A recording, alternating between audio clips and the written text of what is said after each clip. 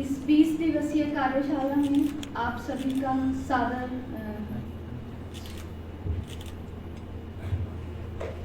आप सब लोग सादर आमंत्रित हैं और मैं विभाग के विभागाध्यक्ष प्रोफेसर गणेश शंकर गिरी सर, विशिष्ट अतिथि कन्हैया त्रिपाठी सर और अन्य हमारे शिक्षकगण और शोधार्थी व सभी स्टूडेंट्स या विद्यार्थियों का मैं यहाँ पर स्वागत करती हूँ और मुझे यह वक्तव्य देने के लिए यहाँ पर आमंत्रित करने के लिए मैं बहुत बहुत आभार व्यक्त करती हूँ। तो जैसे कि सर ने आपको बता ही दिया है, जो आज का वक्तव्य है वो भक्ति योग के ऊपर है। तो ज़्यादा टाइम न लेते हुए मैं 10 मिनट में ही इसको पूरा कर जोड़ा जाए तो भी ये योग ही होगा, क्योंकि भक्ति से हम अपने आप को ईश्वर से जोड़ते हैं। ईश्वर के प्रति विशेष भक्ति या विशेष अनुराग ही भक्ति है, ऐसा नारद भक्ति सूत्र में बताया गया है। साथ ही विवेक चूड़ामणि में शंकराचार्य जी द्वारा बताया गया है कि मोक्ष प्राप्ति हेतु सबसे सरल, सबसे बढ़कर तथा स्वस्वरूप का अनुसंधान ही भक्ति योग है। अब आगे मैं भक्ति के प्रकार पर थोड़ा प्रकाश डालना चाहती हूँ। भक्त के प्रकार के ऊपर तो श्री कृष्ण ने श्रीमद् भगवद गीता में भक्त के 4 प्रकार बताए हैं। जो सबसे पहला प्रकार बताया है वो है आर्त भक्त। आर्त का मतलब होता है दुखी, जो ईश्वर को केवल विपदाओं के समय पर ही भजता है, वह आर्त भक्त होता है। जो दूसरा टाइप है भक्त का वो होता है अर्थार्थी, यानी जो ऐश्वर्य धन इन सब के को अचीव करने के लिए जब ईश्वर को भजता है तो वह अर्थार्थी भक्त कहलाता है। जो तीसरे टाइप का भक्त है वह होता है जिज्ञासु। जिज्ञासु भक्त वह होता है जो ईश्वर को इसलिए भजता है ताकि वह इस सृष्टि के यथार्थ रूप को जान सके। उसके अंदर ये जिज्ञासा होती है कि सृष्टि क्या है, कैसी है, इसका क्या यथार्थ स्वरूप है, तो उसके जानने की चेष्टा उसके अंदर होती है, वही जिज्ञासु भक्त कहलाता है। अंत में जो भक्त का टाइप है वो है ज्ञानी। ज्ञानी कण कण में ईश्वर को देखता है, वह अपने चित्त में हमेशा ईश्वर को भजता रहता है, वही ज्ञानी भक्त कहलाता है। श्रीमद् भगवद गीता में श्री कृष्ण ने कहा है कि जो ज्ञानी भक्त होता है वह मेरे सबसे नजदीक होता है और ज्ञानी भक्त ही मेरा स्वरूप है। इस प्रकार से उन्होंने भक्त के प्रकारों पर प्रकाश डाला है। इसी क्रम में आगे मैं बताऊंगी कि भक्ति के प्रकार क्या होते हैं, कितने होते हैं।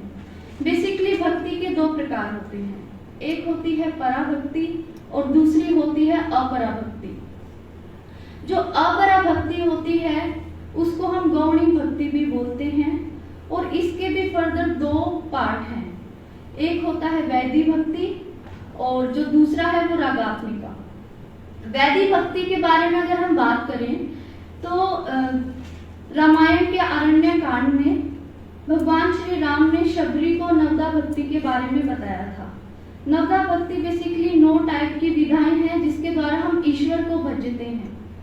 तो उन 9 विधाओं में सबसे पहला आता है श्रवण। श्रवण यानी सुनना, भगवान की कथाओं को, लीलाओं को या उनके व्यक्तित्व के या फिर उनके गुणों को सुनना ही श्रवण भक्ति कहलाता है। दूसरा जो टाइप है वो होता है कीर्तन। कीर्तन में हम भजन गाते हैं और ईश्वर को भजते हैं, तो इसी टाइप के जो भक्ति होती है उसको हम कीर्तन कहते हैं। जो तीसरा टाइप आता है भक्ति का वो होता है स्मरण, यानी ईश्वर को हमेशा याद करते रहना। इसका एक उदाहरण हमें भगवान प्रहलाद के बारे में मिलता है, जो हमेशा ईश्वर को ही याद करते रहते थे, स्मरण करते रहते थे, जिसके बाद उनके दर्शन भी हुए थे। नेक्स्ट जो भक्ति का टाइप आता है वो होता है पाद सेवनम, यानी ईश्वर के चरणों को ही सर्वस्व अपना समर्पित कर देना, कि उनको चरणों को ही सब कुछ मान लेना। और इसका एक उदाहरण हम राजा बाली के रूप में भी दे सकते हैं, जिन्होंने अपने आप को ईश्वर के चरणों में समर्पित कर दिया था। इसकी कहानी आपको भी पता होगी, जब भगवान श्री विष्णु ने वामन अवतार लिया था। वामन। नेक्स्ट जो भक्ति का टाइप है वो होता है अर्चन। अर्चन में क्या करते हैं, जब हम मन, वचन और कर्म से पवित्र सामग्री के द्वारा ईश्वर की पूजा अर्चना करते हैं, उसी को हम कहते हैं अर्चन। नेक्स्ट जो है वो है वंदन। वंदन में हम ईश्वर के किसी के भी अंदर, जैसे हमारे माता पिता है, हमारे गुरुजन हैं, आचार्य हैं, उनके अंदर ईश्वर का एक अंश देख लेना और फिर उनको हम ईश्वर के तरह ही पूजते हैं, तो उसको हम वंदन कहते हैं। जो नेक्स्ट टाइप है भक्ति का वो होता है दास्य भाव, कि ईश्वर को अपना दास मान लेना। इसका एक उदाहरण हम हनुमान जी के द्वारा देख सकते हैं कि उन्होंने हनुमान जी को भगवान राम का दास समझ लिया था, मान लिया था और सब उनको समर्पित कर दिया था। नेक्स्ट है भक्ति का प्रकार, वो है साख्य। साख्य भक्ति। साख्य में ईश्वर को अपना दोस्त या सखा समझ लेना। इसके उदाहरण के लिए हम अर्जुन और श्री कृष्ण का उदाहरण ले सकते हैं, साथ ही हम सुदामा और श्री कृष्ण का भी उदाहरण ले सकते हैं कि वो कैसे भगवान को अपना सखी मानते हुए उसको अपना सब कुछ और उसमें ही ईश्वर का स्वरूप वो देखते हैं। नेक्स्ट है आत्मनिवेदन, कि अपने आप को ईश्वर को समर्पित कर देना, तो वही आत्मनिवेदन है। तो ये जितनी भी विधाएं 9 प्रकार की बताई, ये नवदा भक्ति के प्रकार हैं। नेक्स्ट हमारी जो होती है वो रागात्मिका भक्ति। जब हम नवदा भक्ति के बाद ईश्वर को कण कण में खोजते हैं या कभी कभार उनके दर्शन भी पा लेते हैं, या कहें कि जब नवदा भक्ति अपनी प्रकाष्ठा पर पहुंच जाती है तो रागात्मिका भक्ति आ जाती है। तो रागात्मिका भक्ति में हम ईश्वर के दर्शन करते हैं, जैसे कि सूरदास जी के द्वारा, जो कि श्री कृष्ण के भक्त होते हैं, विष्णु के, तो उनको उनके दर्शन भी प्राप्त होते हैं। तो वो रागात्मिका भक्ति का एक उदाहरण है। जब रागात्मिका भक्ति अपनी चरम अवस्था या फिर प्रकाष्ठा पर पहुंच जाती है, तब वह होती है पराभक्ति। पराभक्ति में क्या होता है, द्वैत भाव जो होता है वो बिल्कुल मिट जाता है। हर एक कण में, हर एक व्यक्ति में, हर एक प्राणी में हम ईश्वर को ही देखते हैं। तो जब इससे क्या होता है कि हम अद्वैत भाव में आ जाते हैं। वेदों में भी अद्वैत भाव को माना गया है कि ईश्वर कण कण में है और द्वैत भाव का कोई भी वहां पर ऐसा भाव नहीं रहता है कि आप अलग हैं, मैं अलग हूं। तो पराभक्ति रागात्मिका भक्ति की पराकाष्ठा, जिसमें द्वैत भाव बिल्कुल समाप्त हो जाता है और उपास्य और उपासक एक हो जाते हैं। अब हम इन सब का अगर वर्तमान स्थिति, जो वर्तमान परिप्रेक्ष्य में अगर हम इनकी प्रासंगिकता अगर हम देखते हैं तो क्या है। आज के समय में बहुत से व्यक्ति, या कहें कि लगभग हर एक व्यक्ति भावनात्मक समस्याओं से जूझ रहा है। और भक्ति में मूल तत्व क्या है, भाव।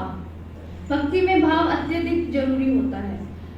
अगर हम भावनात्मक समस्याओं से जूझते हैं तो हम तनाव, अवसाद के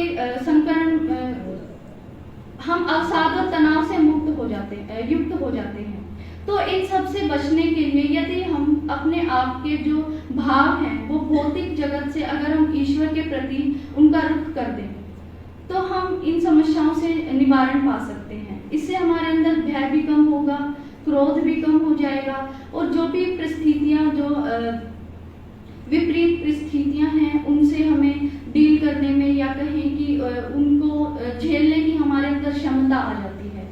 क्योंकि उस टाइम हम हर एक चीज में ईश्वर को देखते हैं और जो भी समस्याएं आती हैं उनको ईश्वर का दिया ही मानते हैं। अगर ऐसा भाव हमारे अंदर आ जाता है तो हम उन समस्याओं से आसानी से पार आ सकते हैं। तो इसी के द्वारा मैं अपनी वाणी को विराम देती हूँ और आप सबका धन्यवाद।